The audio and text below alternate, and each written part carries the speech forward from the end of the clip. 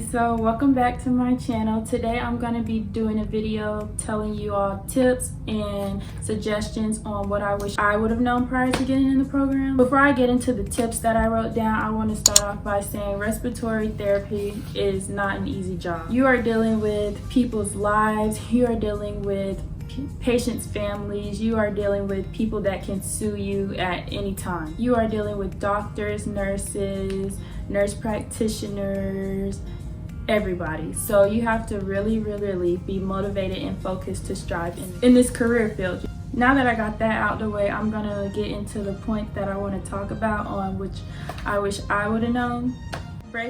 You have a hard job and it's not for the weak.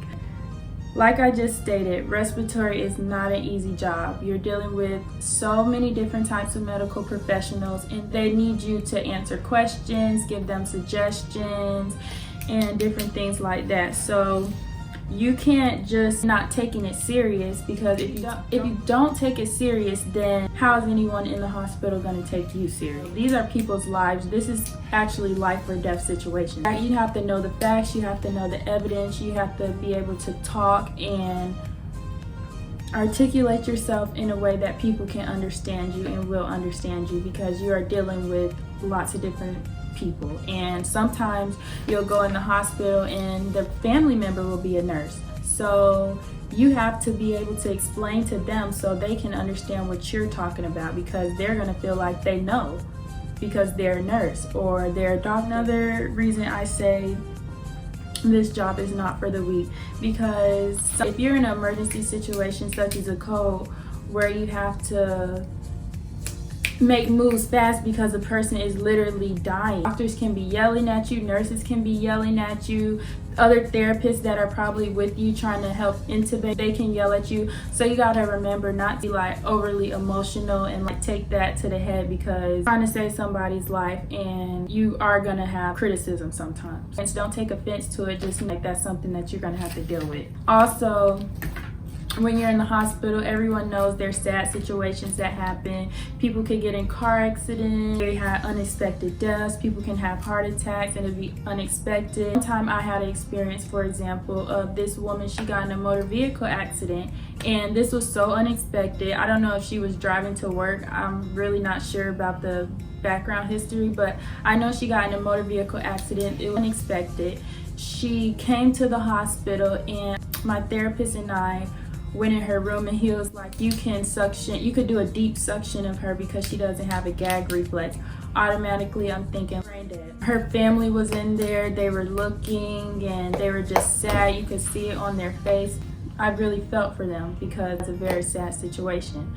But things like that you see in the hospital every single day, like majority of the time, every single day. So you have to brace yourself and not get overly emotional about those type of things, because you will face that in the hospital. On a much lighter side, I will say you do see those type of emotional situations, but you also will see beautiful situations. I've been in 2 C-sections. Like when I was in the pediatric unit, I was able to give this one child his therapies, and him and I, we were like playing around. He was calling me a doctor, he was saying I was a bad doctor, all this stuff. It was comforting, you know, to see. There are tough situations, however there are many beautiful situations, and that is your job. Another thing that I wish I would have known before getting in the program is it is not impossible to fail. You can get kicked out of the program. So like I said, my class had 24 people in the class starting off. When we got in the program, we had 24 people, and we ended up having 14 people graduate. With that being said, it is not impossible to get kicked out. So don't in any type of way feel like, oh, you just got this, you got this, you got this. No, because you will get kicked out the program. You gotta realize that you gotta be motivated, you gotta stay focused, and you gotta stay strong. You gotta put in that work to stay, because I'm pretty sure all the people that were in the program, they thought they just had it. They thought like they were unstoppable, like they can't get kicked out of the program, and guess what? They did. Don't boost your head up, make yourself feel like it's impossible to get kicked out, because people even got kicked out the 3rd semester of the program. We had 5 semesters, so no matter what time, place, you can get kicked out of the program. It doesn't matter. So you have to stay motivated, stay focused, and know that it is a chance of you getting kicked out, so put in all that work. All right? Another thing that I wish I would have known prior to getting into the program is read before class. Reading before class is so important and is so essential to your performance, because if you read before class, you know what you're going to be talking about. You've seen it before, so it's not foreign, it's not new to you. If you read before class and your teacher's talking about it, you can like raise your hand and ask a question, and the teacher knows that you read before class, so that looks really good, and your professor will give you a better understanding of what you didn't understand.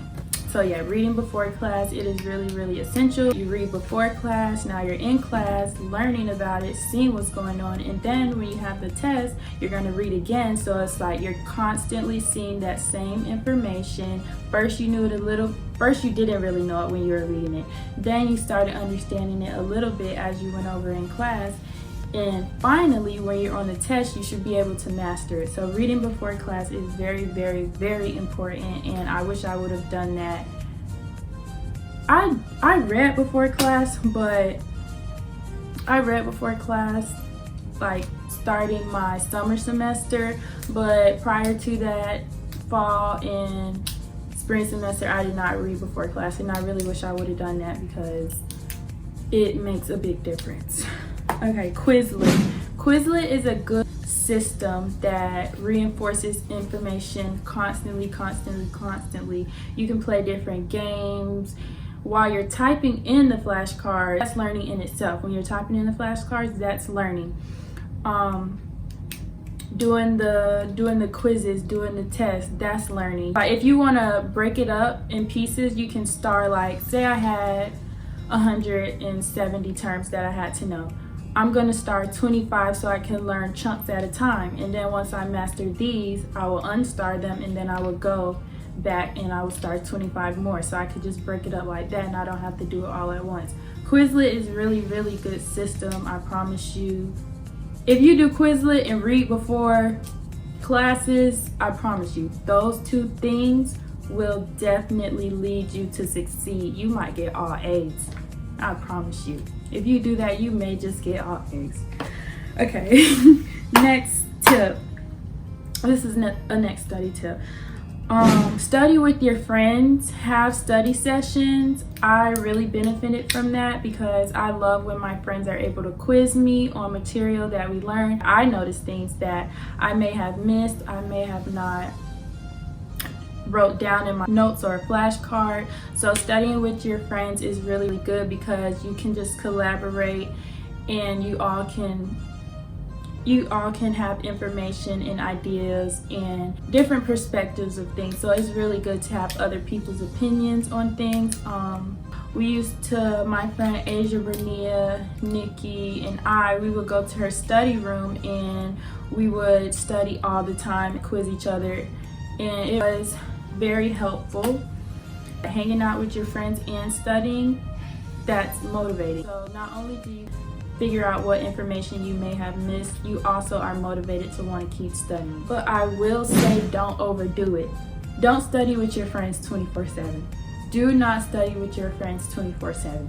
Have certain days of the week that you study with your friends, but the majority of your studying should be individual, so you can learn that information first, and then when you're done learning the information first yourself, that's when you should go to your friends and quiz each other and do those type of things. But don't study with your friends 24/7.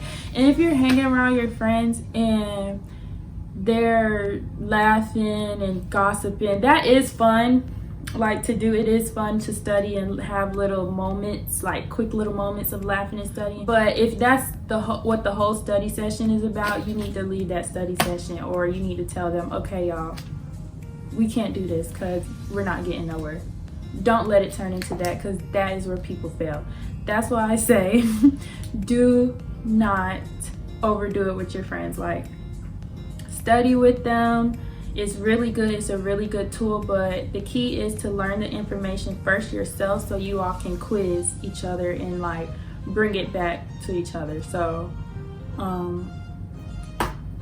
yeah, so those are some tips that I wish I knew prior to getting into the respiratory therapy program. These tips are not even just for respiratory, they're for any allied health major, nursing, honestly any major. You can take these tips and you can learn them and you can strive with them. I promise you, if I would have known these tips getting into the program, I feel like I would have done way better than what I did. At the end of the day, I still graduated, still succeeded, and I'm very happy that I got this far, but I could have been better if I know these tips. So don't take these tips that I'm giving you for granted. Don't just be like, oh, okay, whatever. This girl, who is she? Don't do that. I'm telling you right now, these tips are very important and I want you all to succeed. So please do not take these tips for granted. If you're thinking about respiratory, it is a great field, it is a great career. Like I said, not for the weak, but just do it, just strive, stay motivated, and take these tips seriously. Thank you all for watching my video. Don't forget to subscribe to my channel, like this video, comment if you want more videos like this or some videos that you want me to talk about respiratory, because I am about to start cracking down on the respiratory school videos because I am a graduate now. I'm gonna be making more respiratory, like being an actual respiratory therapist videos. And last thing, if you didn't know, if you didn't watch my previous videos, I did graduate from Florida A&M University's Cardiopulmonary Science program, so that's my school. So follow me on Instagram, subscribe, like, so bye.